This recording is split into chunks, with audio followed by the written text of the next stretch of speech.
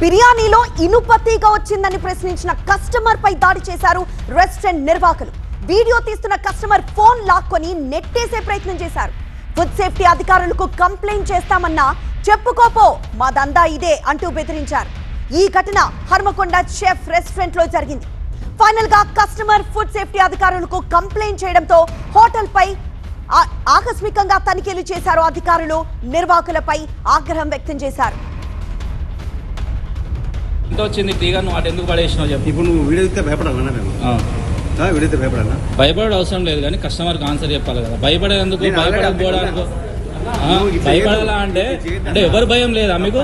Police వాళ్ళ భయం లేదు, ఫుడ్ ఇన్స్పెక్టర్ ఏం లేదు. రెస్పెక్ట్ ఉండాలి మనిషి మాట్లాడేటప్పుడు, అర్థమైందా? ఈ భయపడి కూడా ఎవరు కాదు. 2 సంవత్సరాలు నడిపిస్తాను దందా. టీగా వచ్చింది ఇప్పుడు నిజం కాదా?